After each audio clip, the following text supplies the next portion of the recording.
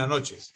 Le voy a pedir a los miembros del panel que por favor enciendan su cámara y su micrófono para poder comenzar. Bien, buenas noches.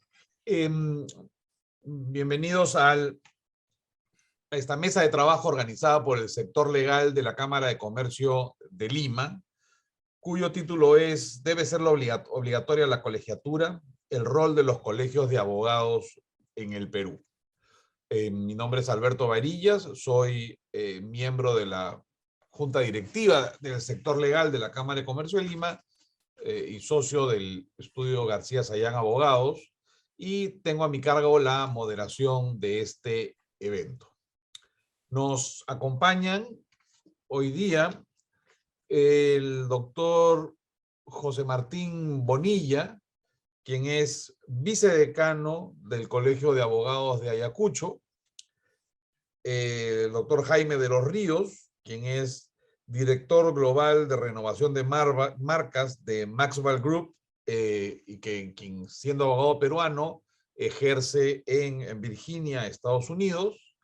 El doctor Alejandro Falla, quien es socio del estudio Bullard, Falla Escurra, y estamos a la espera que en algún momento pueda conectarse el doctor Wilmer Quiroz, quien es decano del Colegio de Abogados de Puno.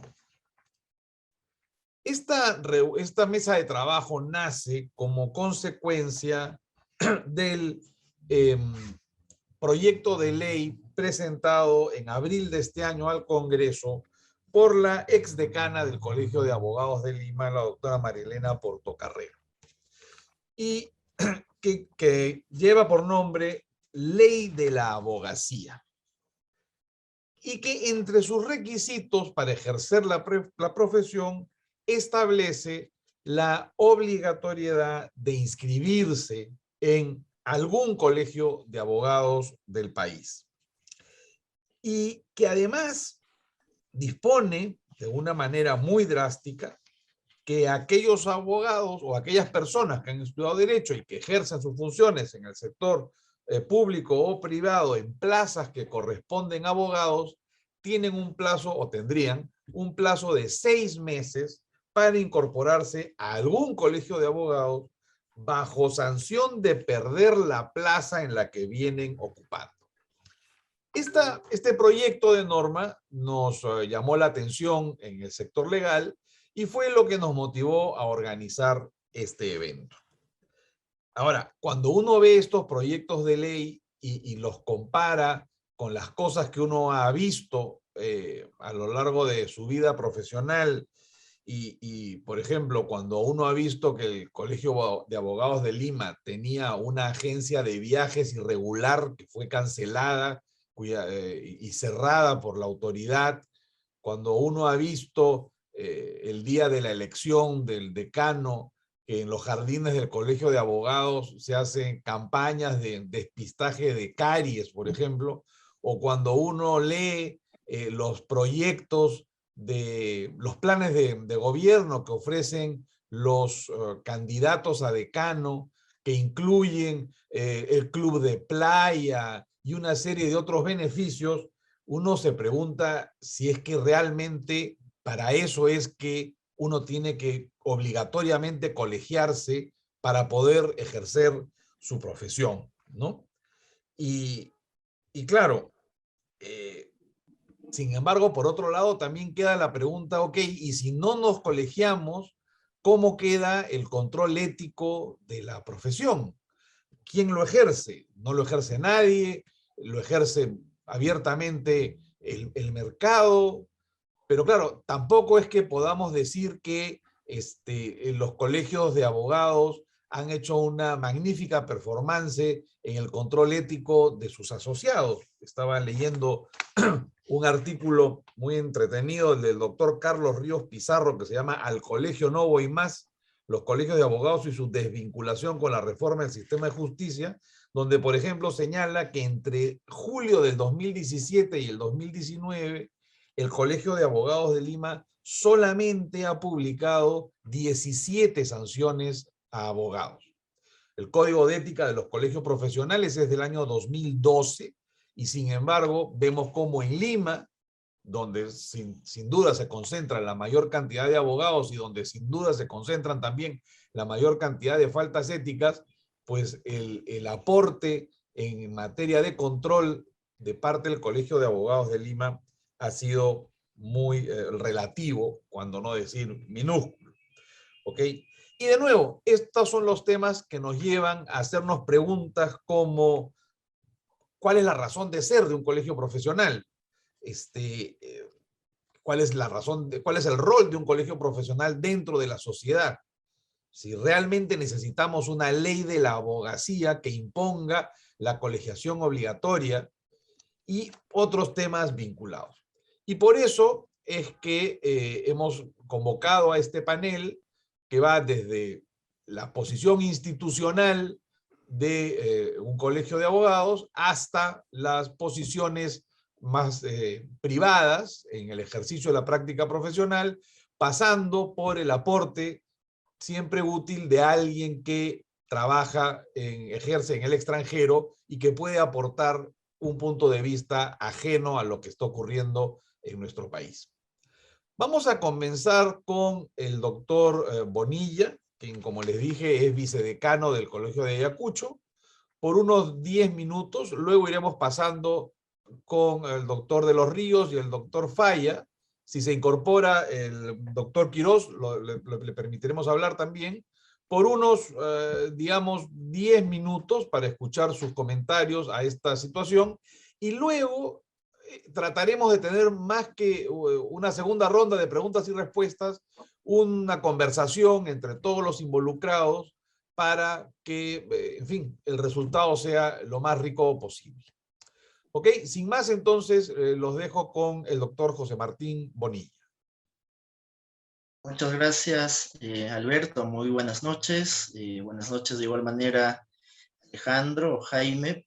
Para mí es un altísimo honor que se me haya convocado en representación del Ilustre Colegio de Abogados de Ayacucho para efectivamente compartir algunas ideas vinculadas al tema que se ha propuesto, ¿no?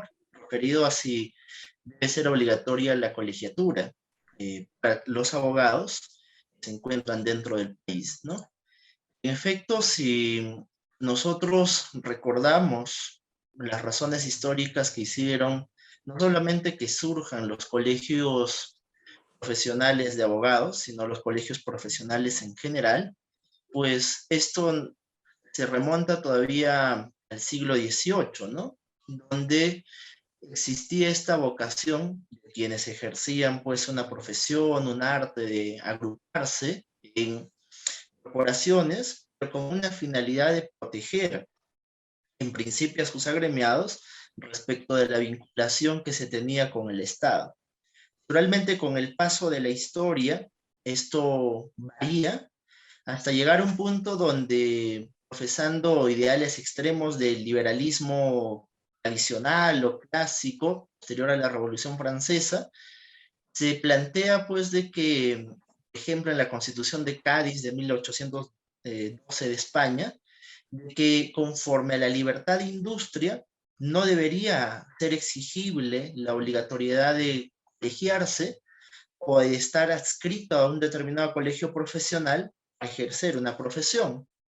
Pero después de todo esto, ya adentrándonos un poco más a épocas recientes, ¿no? Más o menos a mitad del siglo XIX, a principios del siglo XX, se llegó a consolidar nuevamente un rol protagónico, un rol ponderante de los colegios profesionales y entre ellos, claro, de los colegios de abogados.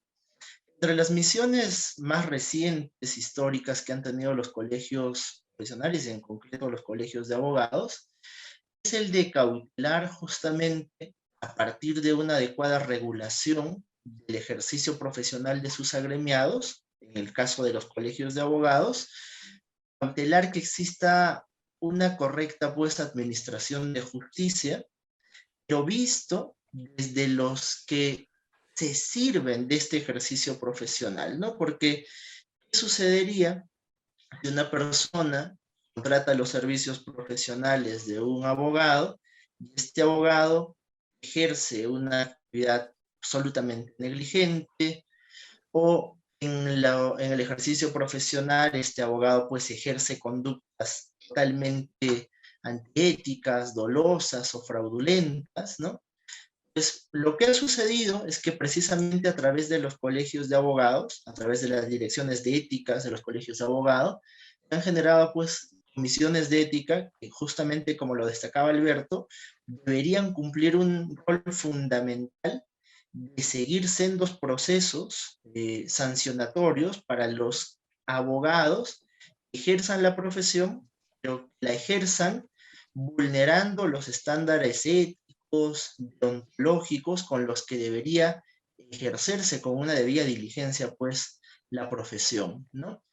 En este punto, por ejemplo, me pareció muy interesante, muy importante e ilustrador un artículo que escribió justamente Alfredo Bular y Alejandro Falla, ¿no? Titulado El abogado del diablo, que justamente ponen en contexto cómo es que el desmedido uso de algo que en principio es legítimo, como es el ejercicio del derecho a formular peticiones ante los tribunales, puede generar prácticas de competencia desleal, ¿no? O sea, si uno, aprovechando el poderío económico que tiene, ejerce desmedidamente acciones legales para que con eso se trate de frenar, ¿no? Que a otra persona ingrese a un mercado donde uno se desenvuelve, a tal punto que se abruma con estas acciones legales a estas personas e incluso se les impide este ejercicio profesional. Justamente lo que me llamó la atención es que, como una de las conclusiones de este artículo, ponía que, si bien es cierto, el INDECOPI era el ente dentro de nuestra estructura estatal, el ente que debía regular este tipo de prácticas, pero también se hacía énfasis en que, sin embargo, esta entidad no podía controlar la manipulación de las potestades públicas por los particulares por medio del inicio estratégico de innumerables demandas y denuncias. En un país con debilidades institucionales tenemos, la que las decisiones no son predecibles, la permeabilidad a la influencia indebida y eventualmente la corrupción es notoria, ¿no? Y la capacidad de manipular dichas potestades es la mayor amenaza contra el libre mercado. Claro, el INDECOPI podría tener limitaciones en este ámbito respecto del correcto ejercicio profesional de ese abogado, pero precisamente allí está la misión que fundamentalmente deberían cumplir los colegios de abogados, porque, como también se destaca en este artículo, el abogado del diablo existe y está dispuesto a usar el sistema legal a sacar competidores del mercado, ¿no? Finalmente su objetivo no es ganar casos, no proteger, en casos como los que se describen en este artículo, la posición de dominio de su cliente, ¿no? Entonces, un rol fundamental podría terminar justificando la necesidad de que quien ejerce la profesión de abogado en nuestro país tenga que estar habilitado, es porque de esa manera se legitimaría respecto de él se ejerzan mecanismos de control. ¿Para qué? Para garantía de quienes se sirven de ese ejercicio profesional, para garantía también indirecta de cautelar o tutelar una correcta administración de justicia. Pero además de ello, yo considero el proyecto de ley justamente al cual se hizo referencia para ir terminando esta primera intervención, efectivamente presentada el 8 de abril de 2022, pues hace énfasis respecto a la obligatoriedad de colegiarse para todo abogado que esté dentro del país. Sin embargo, lo que me parece que podría afinarse, lo que podría evaluarse con mayor razonabilidad, es aquellos casos donde un abogado puede finalmente ser un profesional del derecho dentro del país, pero que no necesariamente las actividades que despliega esta persona tienen una directa vinculación con nuestro país. Yo me pongo a pensar en aquellos colegas, a pesar de vivir en el país, por ejemplo, llevan arbitrajes internacionales, y ahora con la ruptura de las barreras espaciotemporales, con la tecnología, ¿no? Con plataformas, por ejemplo, con las que estamos usando en este momento, yo veo que hay una oportunidad de un mercado laboral interesante para abogados que, por ejemplo, podrían, de manera mucho más práctica y accesible, litigar o ejercer casos, no necesariamente ya dentro de nuestro país, ¿no? No si tienen las competencias, las capacidades y las aptitudes necesarias, llevar incluso asesorías que no impliquen necesariamente lo que es dentro, el ejercicio de la profesión dentro del país. Y a mí sí me parecería irrazonable, en esos casos, exigir pues la obligatoriedad de una colegiatura para aquellos que no van a ejercer actividades profesionales como abogados que tengan una incidencia directa dentro de nuestro país, ¿no? Entonces, eso es lo que yo podría compartir con ustedes como parte de la primera intervención eh, de cara a la temática que se ha propuesto para esta mesa de diálogo, ¿no? Muchas gracias, Alberto. Muchas gracias. Jaime, tu perspectiva va a ser interesante desde el punto de vista de un abogado peruano que emigró hace varios años y terminó ejerciendo en los Estados Unidos.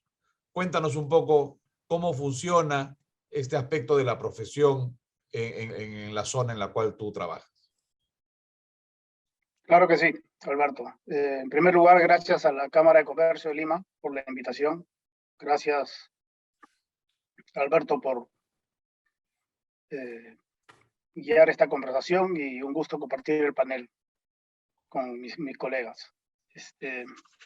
Para darles un poco de contexto, yo estoy ejerciendo en los Estados Unidos hace más o menos 12 años.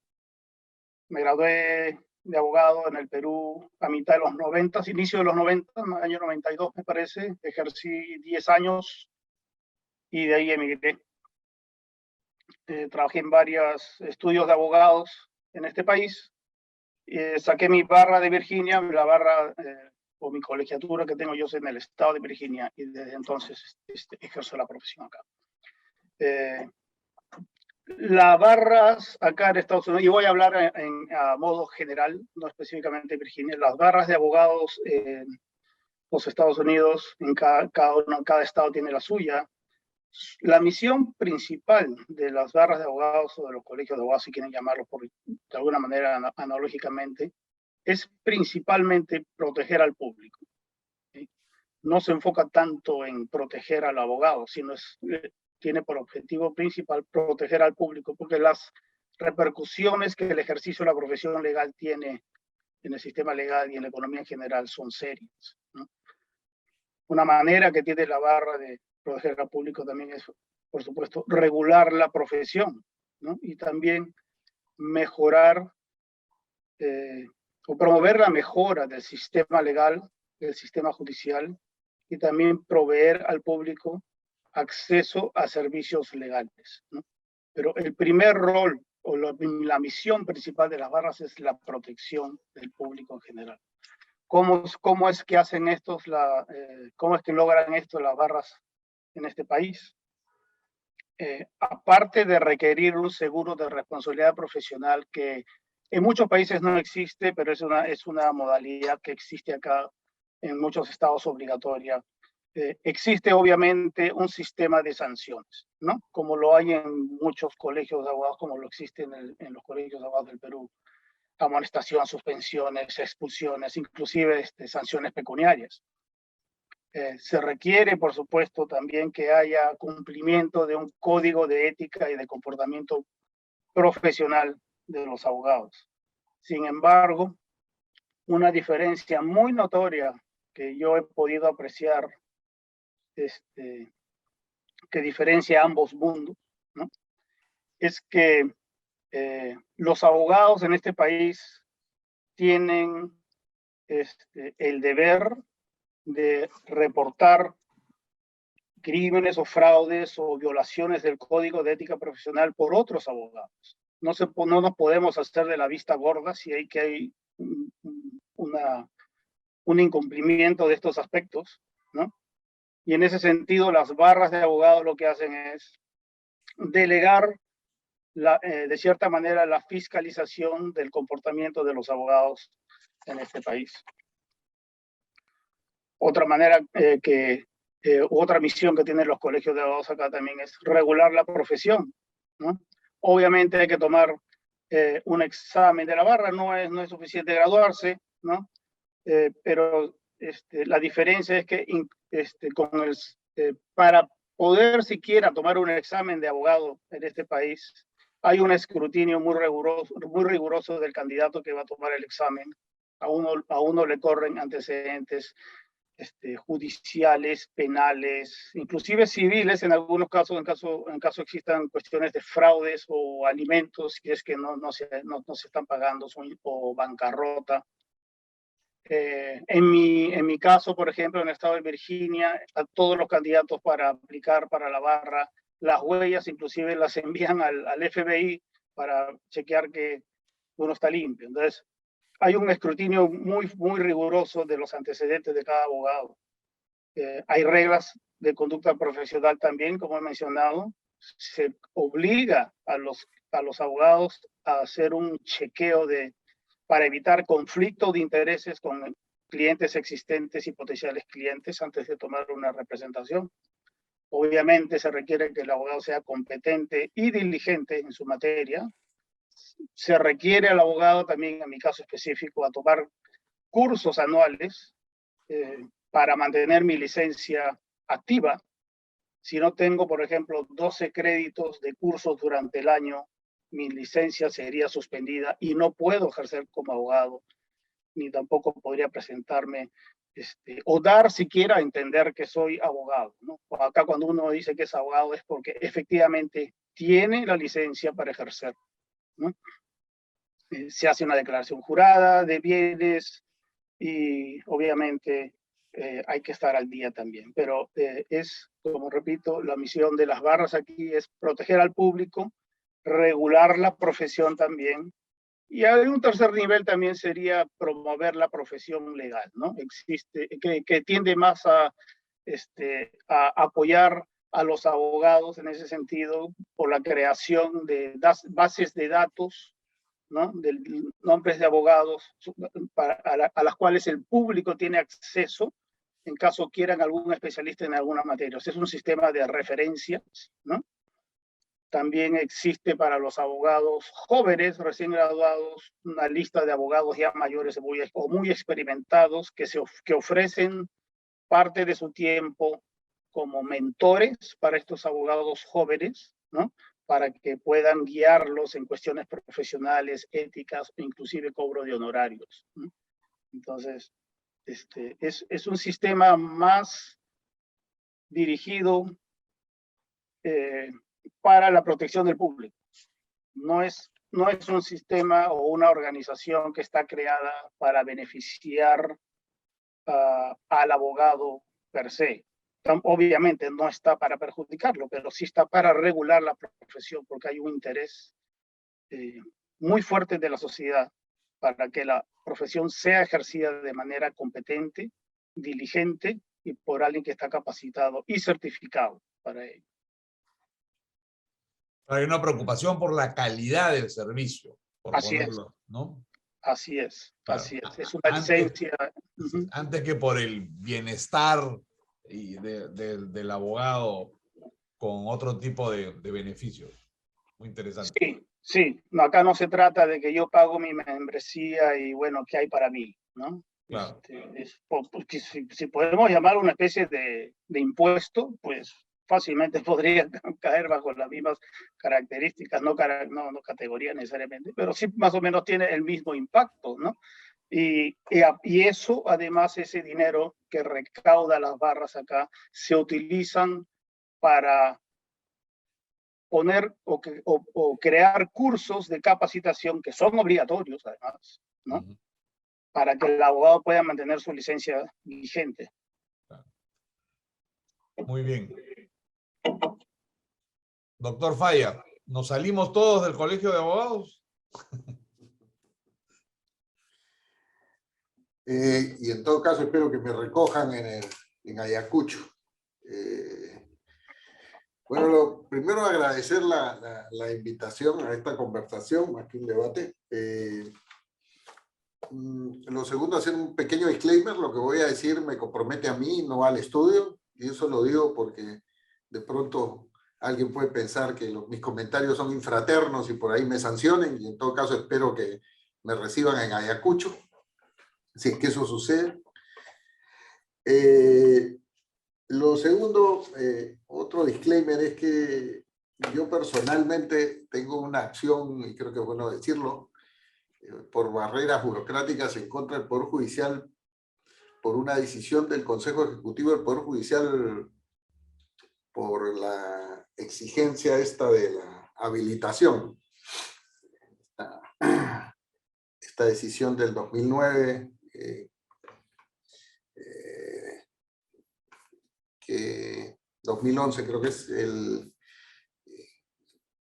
que genera esta necesidad de presentar la famosa papeleta de habilitación y que puede ocasionar que te declaran inadmisible los procedimientos. Esta acción ha sido declarada en primera instancia como una barrera burocrática por Indecopi, pero está en apelación. En todo caso, hago ese disclaimer porque de pronto algunos de mis comentarios pueden ser juzgados como sesgados a partir de esta postura. Pero bueno, vamos al tema que nos convoca. Yo, para serles honesto, no tengo bueno, sí tengo una posición, pero que viene dada de que, la verdad, hoy día yo, como muchos, no me queda claro para qué el colegio, para qué sobre todo la colegiatura obligatoria. En el colegio puedo tener una idea de por qué, pero la colegiatura obligatoria, la verdad no la entiendo mucho. Y tengo mis serias dudas cuando empiezo a ver que esto de la colegiatura obligatoria empieza a ser una exigencia y una demanda que viene ya no solo de abogados, sino que empieza a salir de diferentes grupos profesionales, ¿no? Revisando un poco el tema, hay colegios de matemáticos donde la colegiatura es obligatoria para los matemáticos, ¿no? Hay colegios de estadísticos donde la colegiatura obligatoria también es una exigencia. Lo mismo con licenciados de turismo, antropólogos, y hay una larga lista de colegios donde aparece la exigencia de la colegiatura obligatoria. Y yo no tengo claro qué es lo que hay detrás en esta búsqueda de forzar a todos a integrarse a un colegio como condición para el ejercicio de una profesión.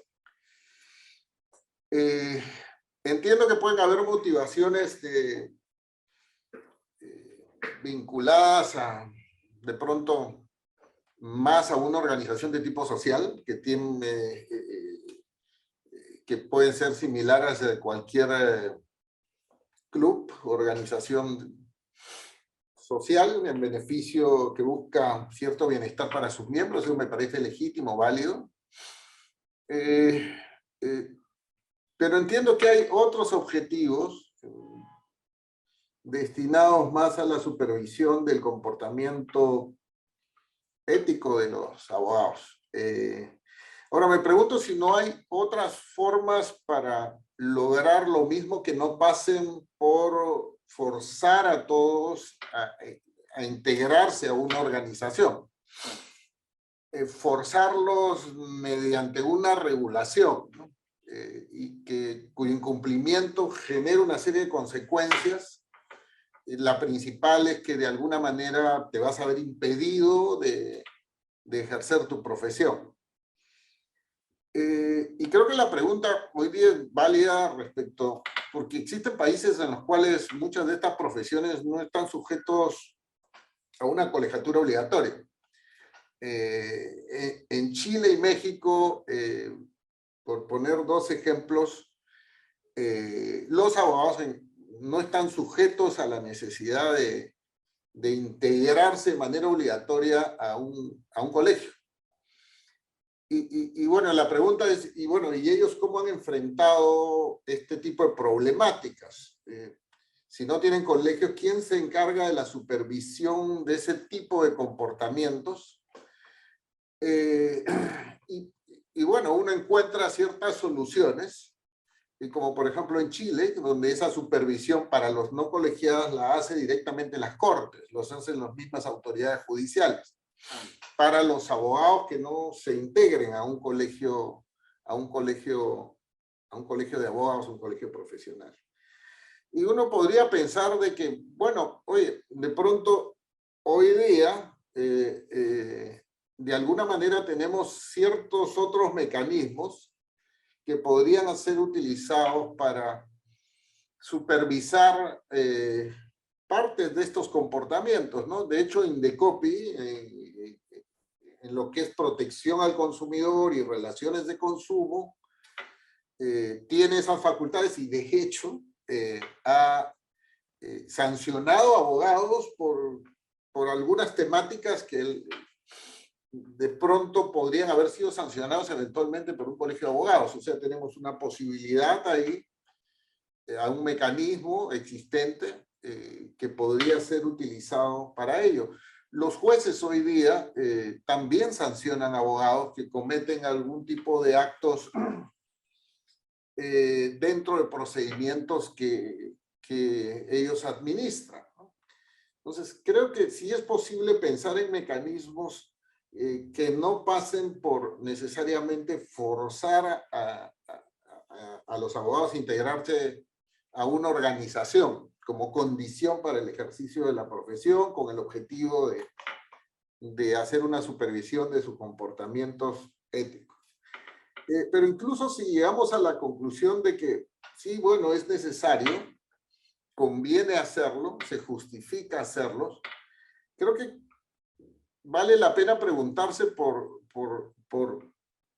las implicancias de esto y los costos que esto involucra, ¿no? Y ahí destaco que, digamos, uno de los males que lamentablemente ha generado la colegiatura obligatoria es que ha dado pie a una serie de prácticas o malas prácticas de los colegios que han sido calificadas como barreras burocráticas, ¿no? O sea, que la sufren los recién graduados que quieren obtener la licencia para salir al mercado y que tienen que pasar un proceso de colegiación donde les piden una serie de requisitos que no deberían pedírselos o donde les exigen pagos. En algunos casos pueden ser 2.500 soles o 1.500 soles, sumas que para de pronto un egresado representan un costo importante. Es una persona que no trabaja y que requiere precisamente de esa habilitación para salir al mercado, que se ve enfrentado con estas barreras.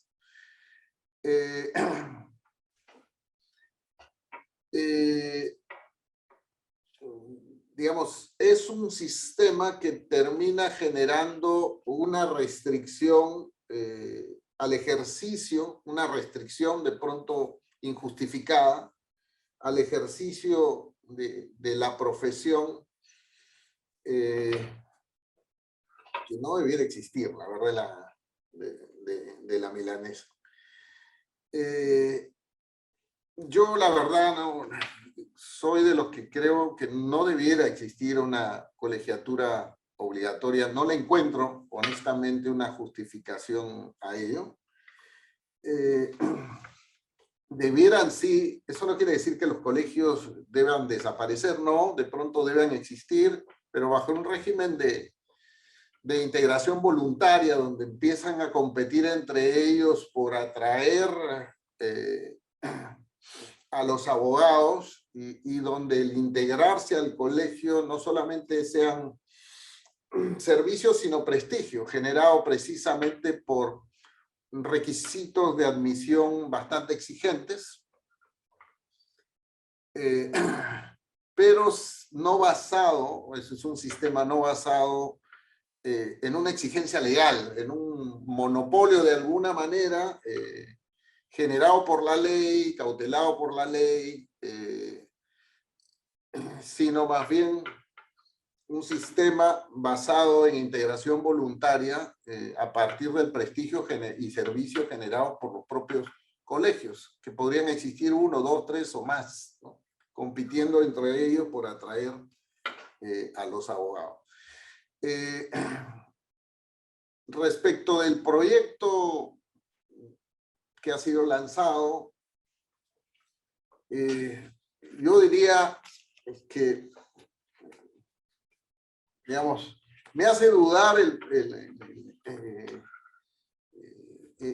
la legitimidad del proyecto cuando leo el proyecto y encuentro que lo que está buscando es más bien salirse del ámbito de control de Indecopi en lo que se refiere al establecimiento de barreras burocráticas o en una parte donde plantea incluso déjese sin efecto todo tipo de sanción impuesta a colegios. Yo creo que ese tipo de disposiciones deslegitiman, yo creo que una discusión legítima que es como la que tenemos hoy día de, bueno, si conviene establecer una colegiatura obligatoria de pronto más allá de los que litigan actualmente en el Poder Judicial. Bueno, esos son comentarios, grandes rasgos, sobre los temas que planteabas, Tito. Gracias. Ahora, interesante anotar que en el proyecto justamente se limita también la posibilidad sancionadora del Indecopi a los abogados, ¿no? Indicando que solo será competente para conocer y resolver reclamos por idoneidad del servicio vinculados a capacitaciones y perfeccionamiento profesional, excluyéndose de conocer supuestos de regulación de costos de incorporaciones y prácticas forenses. Entonces ya esa alternativa que hoy día puede existir en el Indecopi para verificar el correcto actuar de los abogados, este proyecto también lo estaría limitando. Tenemos un par de preguntas aquí en el chat. Uno para el doctor Bonilla, que justamente era una pregunta que yo quería hacer en general a todos. Al margen de que la colegiación sea obligatoria o no, ¿cómo logramos tener un esquema de control ético del ejercicio profesional que sea eficiente, que sea válido? Por ejemplo, en la pregunta que hace Walter Albán, indica que en el registro de sanciones de abogados no aparece nadie del Colegio de Abogados de Ayacucho. Presumo que es un tema burocrático, pero que no implica que en el Colegio de Abogados de Ayacucho no haya un ente que activamente sancione, o por lo menos con alguna frecuencia, sancione a algún abogado por su mala práctica. ¿Qué nos dice José Martín? Muchas gracias, Alberto. En realidad, la crítica que se hace pues parte de una visión de lo que es el ser, del estado de cosas, conforme a una verificación actual que se estaría haciendo de una ausencia de comunicación del registro de estas sanciones, ¿no? Pero yo creo que la pregunta parte más de un deber ser que de un ser, ¿no?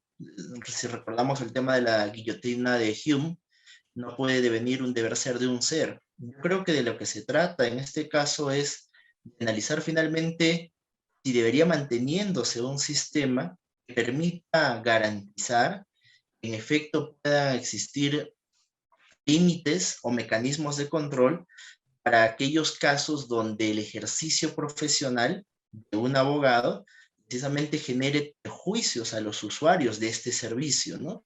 Para tratarlo en datos, ¿no? Por ejemplo, el Colegio de Abogados de Ayacucho actualmente tiene 34 procesos disciplinarios en trámite que se encuentran ante la Comisión de Ética de nuestro colegio profesional. De estos, a la fecha, nosotros tenemos 13 abogados que tienen multas y 25 abogados con amonestaciones impuestas. Dentro de todos los procesos disciplinarios que tienen sanciones impuestas vigentes, a la fecha no tenemos sanciones de inhabilitación de abogados. Justamente eso es lo que podría en cierta medida explicar por qué no se ha derivado el registro a esta comunicación justamente del régimen disciplinario de malas prácticas de abogados. Sin embargo, esta información que les estoy compartiendo, pues vamos a naturalmente tomar las medidas para que pueda ser también publicitada a la brevedad, ¿no? Por la obligatoriedad de este registro. Adicionalmente, me pareció muy importante lo que ha compartido con nosotros Jaime, ¿no? Respecto, por ejemplo, al sistema de regulación que existe en Norteamérica, en específico donde él ejerce, entiendo. Esto justamente me recuerda algo que yo conversaba con un compañero, con un colega abogado que también tiene cierta experiencia y cierto conocimiento en el ámbito de cómo se ejerce la profesión de abogado allá en Estados Unidos, y justamente me daba como información adicional a la que nos ha manifestado Jaime, es que, por ejemplo, dentro del rubro de los que ejercen la profesión de abogado, tenemos a dos grupos, ¿no? Uno que es el de los barristers y otro es el de los solicitors, ¿no? Y entiendo que justamente estas altas o estos altos estándares de exigencia que nos ha explicado Jaime, se aplican pues por las altas responsabilidades que tienen los abogados que se encuentran habilitados por estas barras de abogados para que incluso puedan tener competencia de asesorar temas de complejidad, de altos tribunales, ¿no?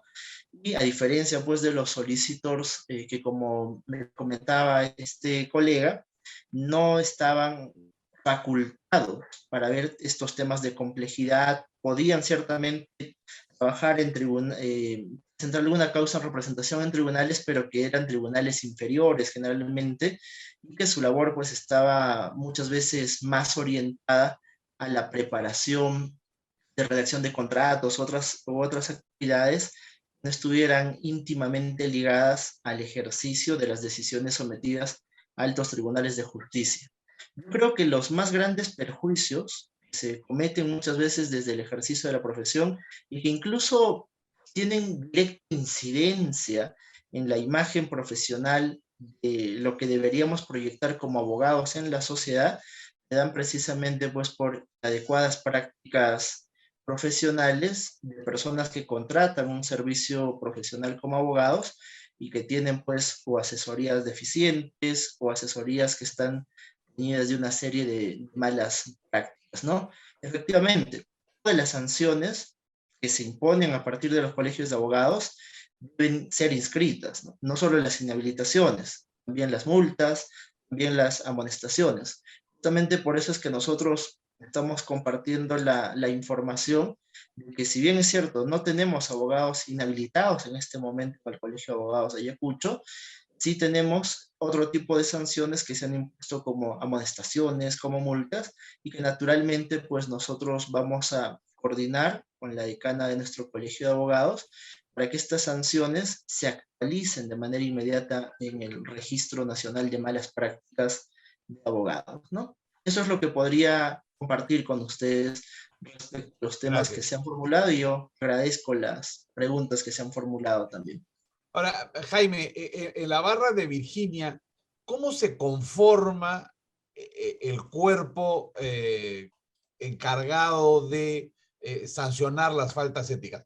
Te cuento, en el Perú yo tuve la suerte de participar en la etapa final de la elaboración del actual Código de Ética, y una de las cosas que se descubrió en el análisis era que el Tribunal de Honor estaba formado por todos los exdecanos del Colegio de Abogados de Lima. Entonces, habían decanos que ya eran viejísimos o estaban enfermos, entonces nunca se resolvía una apelación. ¿Por qué? Porque no había forma de tener quórum, porque la mitad de los exdecanos no estaban en condiciones de asistir a las reuniones, ¿no? Entonces eso se cambió y ahora es un tribunal de 5 personas que puede estar integrado, por supuesto, por exdecanos, pero también abogados honorables y etcétera. Entonces son 5. Y si hay empate, el presidente tiene voto dirimente. Entonces, se ha buscado que sea algo más práctico, al menos en teoría. ¿Cómo funciona esto en una barra como la de Virginia, por ejemplo? Sí, Alberto, gracias por la pregunta.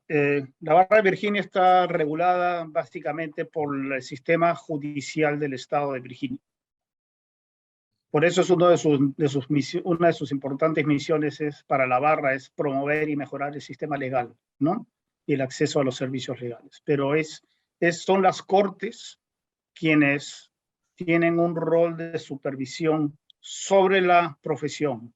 Y entonces es un paraguas que viene de arriba hacia abajo por el mismísimo sistema legal que está involucrado para el ejercicio de la profesión. No es un colegio aparte, y son los jueces dentro de los distritos judiciales, teniendo en cuenta cómo está estructurado el sistema judicial internamente, que no viene al caso ahorita, pero son las cortes quienes regulan y supervisan el ejercicio de la profesión. Y ellos asignan un grupo o un comité de disciplina, ¿no? que ejerce el código de ética y de comportamiento profesional. Como decía antes, sí existe un sistema de sanciones. Ahora la barra de Virginia, o si queremos llamarlo el colegio o cualquier otro nombre, en realidad no tiene un papel fiscalizatorio per se, no va a buscar, ¿no?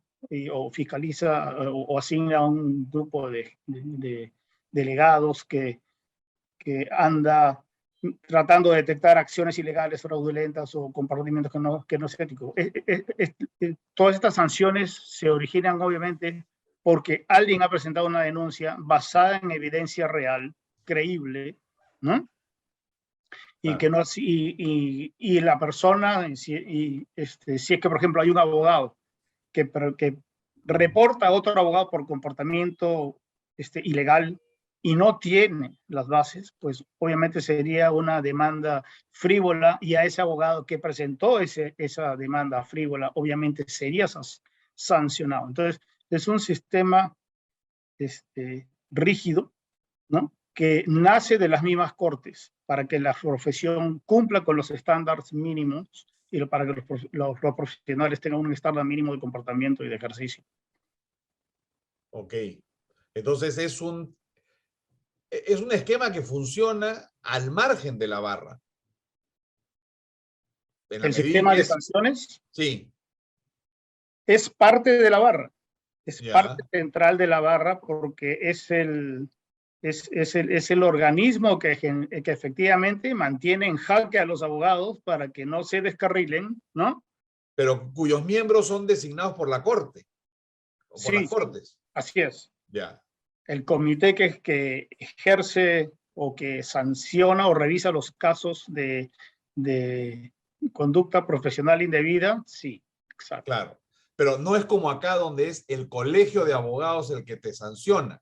O sea, es un sistema que descansa en la barra, descansa en el colegio de abogados, Sí, pero con pero esta no es la barra en participación. sí, es un comité especializado, eso que como parte de la misión o de las funciones de la barra, una de sus funciones es mantener a los abogados o aplicar sanciones, porque el principio o el objetivo ulterior es la protección del público, ¿no? Para que tengan un servicio con estándares mínimos, donde los abogados obviamente no abusen del sistema legal, sino que tampoco pues lo encarezcan, ¿no?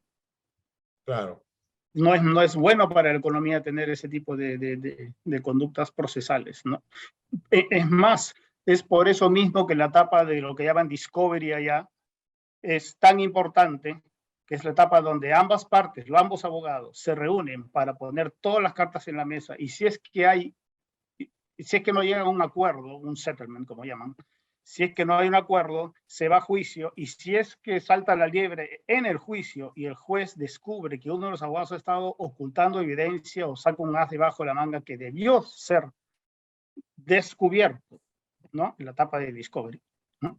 Entonces a ese abogado lo van a sancionar. Exacto, por mala conducta procesal, por mala fe. Claro. Entonces es un sistema que se autolimpia de alguna manera, ¿no? Desde el inicio, ¿no? Con obligaciones de los abogados de tener la mejor conducta posible, ¿no? Antes del proceso y durante el proceso.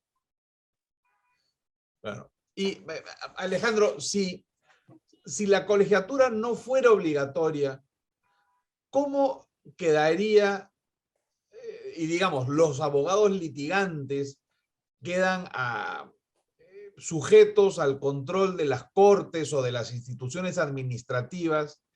¿Cómo quedaría el control ético de los abogados que se dedican a la práctica puramente privada, por ejemplo? ¿Quién ejercería o quién aplicaría una sanción ahí ante un reclamo o de alguna de las partes que siente que el abogado no ha actuado correctamente? A ver, yo te diría que pasaría lo mismo si es que estamos frente a cualquier otra profesión, economista, arquitecto, publicista, periodista. No sé por qué los abogados debiéramos tener un régimen especial, pero, digamos, ahí obviamente las sanciones inmediatas van a ser de los propios clientes, de los propios involucrados, del boca a boca, y de, digamos, yo he visto, me llama mucho la atención Indecopi entrando a supervisar a abogados que de pronto no presentaron la apelación, por ejemplo, que sería un caso que usualmente creo que vería en los colegios profesionales, pero existen mecanismos que podrían ser utilizados. Ahora, eso no quiere decir que no podamos pensar en un colegio que sancione esas falsas éticas. Sin duda podrían existir, pero colegios formados sobre la base no de una obligación, sino de una afiliación voluntaria. Y más bien eso es lo que va a dar valor y prestigio a los abogados afiliados a colegios que tienen estándares éticos determinados, ¿no? Y eso debiera ser una fuerza suficiente como para inhibir determinados tipos de comportamiento. O sea, no es que sea la única forma de resolver el problema, forzando a los abogados a colegiarse para supervisar el comportamiento ético, ¿no? O sea, una entidad formada por los propios abogados que deciden autocontrolarse. Sí. ¿No? Sí, no veo necesariamente esa es la única forma de hacerlo. Creo que hoy día, de lo contrario, digamos, el mismo problema lo tienen otras profesiones, los periodistas, para empezar, los publicistas. Oye, bueno, Claro. ¿Por qué pensar que los problemas éticos solamente son prerrogativas de los abogados? No, claro que no, sí. Y si no lo son, bueno, digamos, la colegiatura obligatoria no parece ser la solución para resolver esos problemas en el resto de profesiones. Claro. Ahora, además de la sanción, hay que pensar también en la educación, ¿no? Yo recuerdo el siglo pasado, cuando estudié mi maestría en la Universidad de Texas, me di con la sorpresa que como estudiante podía afiliarme al State Bar of Texas y por una módica suma me inscribí y todos los meses recibía la revista del State Bar of Texas. En esa época las revistas eran revistas, ¿no? No era un link, ni QR, ni nada, una revista de verdad. Y además de tener artículos interesantes sobre temas legales, temas de la profesión, como por ejemplo los niveles de alcoholismo o de depresión, que son más o menos comunes, o el índice de ataques al corazón que tienen los abogados, al final tenía una sección con las resoluciones del equivalente al comité de ética del State Bar of Texas, ¿no? Y lo interesante era no que decían los nombres de los sancionados, sino que decían un abogado de tal county, ¿no? Porque era de todo el estado, entonces, en fin, indicaban de cuál condado, fue multado por hacer tal cosa. Uno fue suspendido por hacer tal otra cosa. Y claro, finalmente cuando había uno que había sido expulsado de la barra, ahí sí ponían su nombre para que se supiera quién era. Pero lo que me llamaba a mí la atención y me parecía muy interesante era que se señalaba cuál era la conducta sancionada. Y esta era una revista que llegaba a los abogados y a los estudiantes de derecho. Entonces, tú desde que estabas formándote, más allá del morbo de saber a quién habían suspendido o a quién habían expulsado, tenías la posibilidad, claro, en la cultura del precedente americano, por supuesto, de tener definida una conducta reprochable y qué sanción era la que se le aplicaba. Y eso es algo, por ejemplo, que aún en lo poco que puede funcionar los colegios de abogados en el aspecto ético, no se difunde, no se utiliza, ¿no? No es una práctica común acá en el Perú.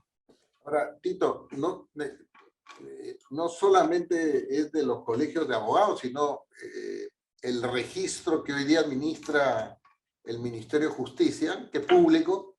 Digamos, yo no he visto ninguna publicación que divulgue las conductas que son objeto de sanción y que hoy día son públicas, ¿no? Y que son sanciones desde Poder Judicial hasta algunos colegios y algunos organismos reguladores o entidades públicas. Claro. No sé si José Martín o Jaime tengan un comentario al respecto. En mi experiencia, por ejemplo, sí coincido con lo que tú has visto, que se publican no solamente las acciones. En mi caso, en mi barra, todos los meses se recibe un email y el mismo email está también, el contenido de ese email es una lista de las personas sancionadas, están los nombres y las sanciones, ¿no? Desde la amonestación hasta la suspensión, hasta la expulsión, y en algunos casos hasta cárcel, salen los nombres de las personas, ¿no? Entonces eso sirve como una señal de que si no te portas bien, pues hay consecuencias, ¿no? Y bueno, no, o sea, si te quitan tu licencia, bueno, te están quitando pues tu forma de vida, ¿no? No Claro. puedes firmar como abogado, no puedes hacer pensar o hacer creer a la gente que eres un abogado capacitado. No tienes la capacitación, no estás certificado, no tienes la certificación, no reúne los estándares. Entonces creo que al final se trata de que, en parte de acuerdo con lo que dice Alejandro, sí, si es que va a haber una colegiatura obligatoria, bueno, una colegiatura en primer lugar, de un ente que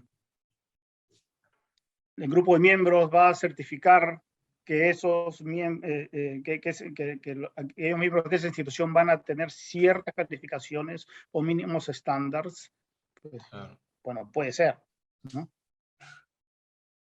Sí, yo quería complementar también los interesantes puntos de vista que se han vertido, desde analizar finalmente que lo que se está viendo en el fondo, entonces, me parece que son diseños o formas de abordar un único problema, ¿no? Y el problema es qué se hace con los abogados que exceden los márgenes permitidos, ¿no? Y que por negligencia o conducta dolosa, pues, generan justamente a través de su ejercicio profesional perjuicio a los usuarios que contratan sus servicios profesionales.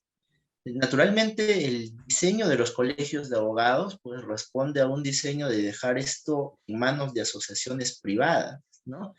Porque naturalmente los que dirigen los colegios de abogados en nuestro país no somos funcionarios públicos, ¿no? No pertenecemos a la burocracia del aparato estatal y, claro, podría finalmente plantearse la alternativa de decir, bueno, en todo caso, si se tratan de asociaciones privadas con reconocimiento de derecho público, esto debería ser más libre. Pero finalmente eso también no significaría que en tanto la colegiatura no fuera obligatoria, los abogados no colegiados no estuvieran sometidos a un régimen de alguna eventual sanción por malas prácticas, ¿no? Porque naturalmente podría acudirse a otras entidades del Estado o incluso iniciar acciones mismas indemnizatorias ante el Poder Judicial. Eso podría conllevar, desde mi punto de vista, que puedan existir 2 o hasta 3 sistemas de sanción diferentes. Uno que pudiera estar en manos de los colegios de abogados, otro que pudiera estar, no sé hasta qué punto, porque no soy especialista en ese tema, pero hasta qué punto podría incluso entrar el Indecopi, y otro bloque podría estar a cargo de jueces civiles que vieran temas indemnizatorios. Es decir, lo que haríamos es, desde mi perspectiva, descentralizar el tipo de resolución de conflictos que habría en estos casos. Con ello más bien se romperían los parámetros de previsibilidad en función de los cuales un abogado podría saber si está actuando o no dentro de los márgenes permitidos.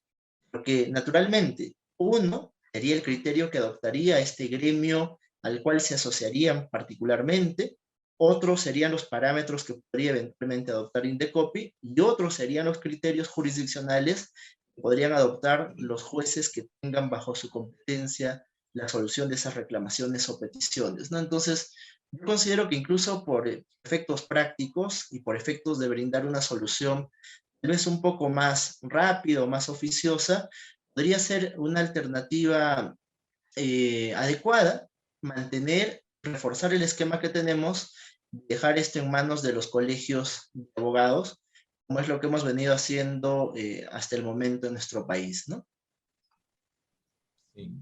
Ahora, y yendo un poquito más atrás, mirando la razón de ser de toda esta discusión, que es el proyecto de ley del Colegio de Abogados de Lima, que como les decía al comienzo se llama Proyecto de Ley de la Abogacía Peruana.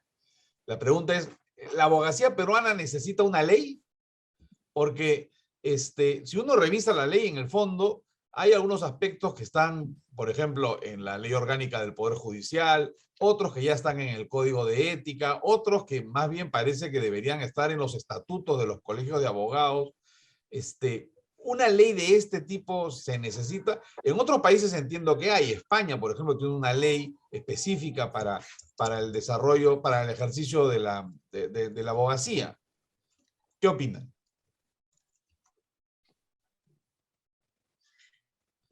Si me permiten, yo había dado mi punto de vista al principio. Me parece que el proyecto de ley que se ha formulado debería ser refinado en varios aspectos, ¿no? Fundamentalmente en el tema de la colegiatura obligatoria. Dentro del contenido de la ley no se hace una distinción, como lo planteé al inicio, pues, de aquellos abogados que, siendo abogados, estando dentro del territorio peruano, el ejercicio de sus actividades pues no va a tener una directa incidencia dentro de nuestro territorio nacional, ¿no? Y ponía el caso de los abogados pues que vean arbitrajes internacionales u otras actividades similares. Naturalmente pues el ámbito de su regulación no tendría obligatoriamente que circunscribirse a una obligatoriedad de colegiatura, ¿no? Entonces yo pienso que ese, por ejemplo, es un aspecto que debería evaluarse con márgenes de mayor razonabilidad dentro del proyecto de ley que se ha formulado, ¿no? Claro. A mí me parece que los colegios no Adelante, deben tener Jaime. una misión clara, no involucrarse en actividades que no le competen directamente al ejercicio de la profesión. Me parece eso sería un mal uso de sus recursos, honestamente. Dedicarse de verdad a la certificación de sus profesionales que reúnan ciertos estándares para poder ejercer. Vean mi caso, por ejemplo. Yo no ejerzo hace 20 años en el Perú. ¿Qué pasa el día de mañana? Decido regresar al Perú y se me ocurre ejercer la profesión. Honestamente, yo no estoy calificado para eso. No está bien que yo, por ejemplo, vaya a juntarme con un potencial cliente, él me contrate y yo no estoy calificado, ¿no? Entonces, eso no me parece que está bien. Yo creo que sí es no solamente una buena idea la colegiatura, sino necesaria, pero la idea es buena, creo que la ejecución no necesariamente, pero creo que la simplificación de las actividades de los colegios podrían simplificarse y proteger la profesión y al público de esa manera. Bueno, yo creo lamentablemente que la ley, el proyecto de ley lo que busca es reforzar o establecer un monopolio, ¿no? Porque, digamos, lo que se propone aquí es forzar la colegiatura de todos los abogados, no importa dónde desarrolles tu actividad profesional, sea en cortes o no tengas nada que ver con las cortes, trabajes en una empresa privada o en una entidad pública donde tu empleador, la verdad, le importa mucho que estés o no colegiado, le interesa tu capacitación y él mismo le evalúa y tiene capacidad para hacerlo y sabe discriminar, y si desea pedir un abogado colegiado lo pedirá, lo buscará, lo obtendrá o no, ¿no? Bueno, esta ley creo que en el fondo lo que pretende es esto, y pretende forzar también a los abogados a colegiarse, a mantenerse habilitados, lo que significa en buena cuenta, a pagar, mantenerse al día en todos los pagos que el colegio establezca, con criterios que el mismo proyecto dice no van a ser auditados por Indecopi, no van a seguir las reglas que debieran seguir una entidad que administra una función pública, en parte. Y es un proyecto que lamentablemente su análisis costo-beneficio es un párrafo, ¿no? Donde repite la mala costumbre de decir simplemente el presente proyecto de ley no genera por parte del Estado gasto alguno, por el contrario, beneficia a la sociedad, donde no hay un análisis realmente del impacto que esto genera, y a todas luces genera un impacto. Yo creo que el proyecto tiene contenidos muy valiosos. Yo creo que sí, de pronto este proyecto de ley podría tener en esa parte, sí ser necesario, pero creo que hay otros contenidos que debieran ser replanteados, ¿no? Sí, a mí me llamó la atención, por ejemplo, que un proyecto de este tipo no incluyera una limitación del tipo que para ejercer derecho en el Perú hay que ser peruano de nacimiento, ¿no? Que no me hubiera sorprendido en la línea de fortalecer los monopolios. De hecho, algunos países tienen esa limitación. En Chile, sin ir muy lejos, no sé si aún, pero hasta hace unos años, si no eras chileno, no podías ejercer el derecho. No es una limitación. Pero dos cosas que deja un poco en el aire, que no los toca simplemente este proyecto, es, por ejemplo, el ejercicio asociado de la profesión. No hay ni una palabra sobre, en fin, cómo es que debe comportarse un abogado que presta su servicio y desarrolla su actividad dentro de un estudio de abogados, ¿no? Y otro tema interesante, que de repente piso algunos callos, pero que es un tema que da vueltas por allí, pero que nadie se atreve realmente a ponerlo sobre la mesa, es el ejercicio profesional, el ejercicio de la profesión de abogados de firmas auditoras, ¿no?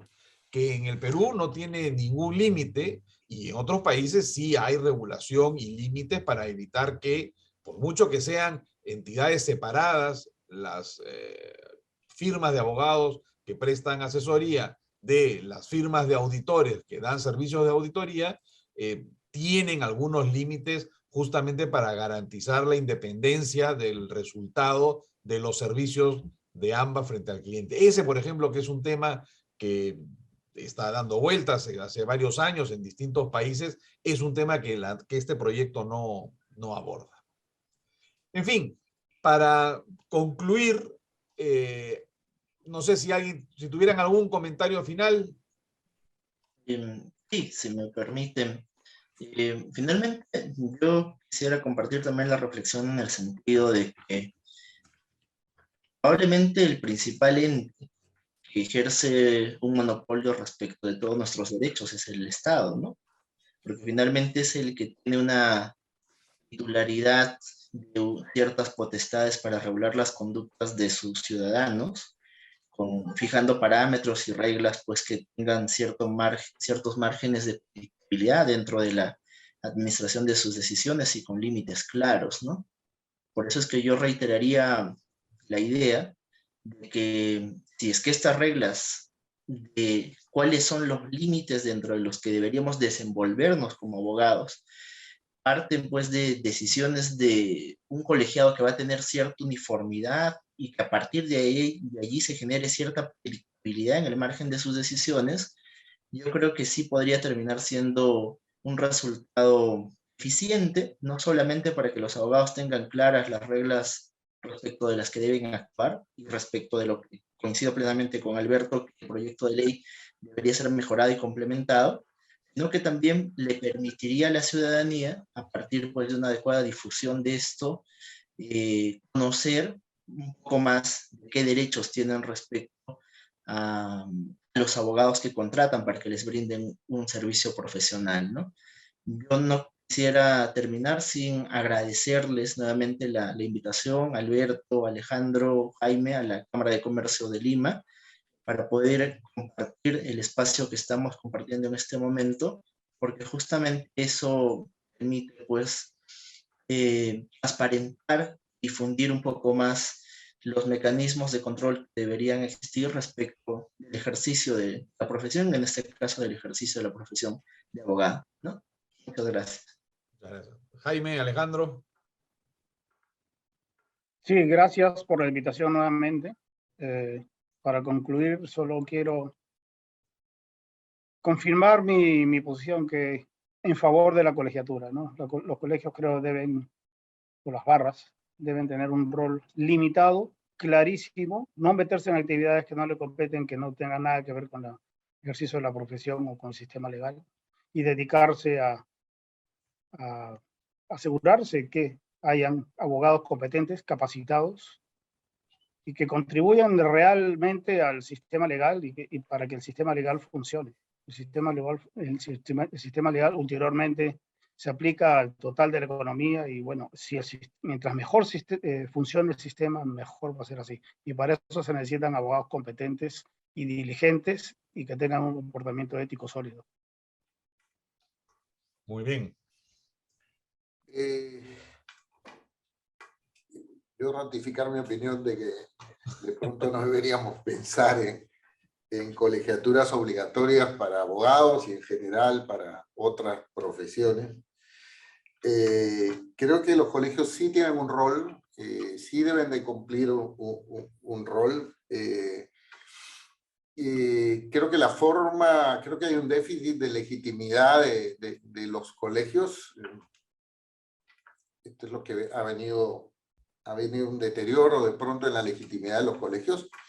Creo que la forma de legitimarse no es forzando la colegiatura, sino de pronto haciendo lo que han venido haciendo algunos colegios de abogados de manera voluntaria, donde han venido de pronto voluntariamente desactivando algunos trámites, algunas condiciones, algunos requisitos que constituían barreras burocráticas.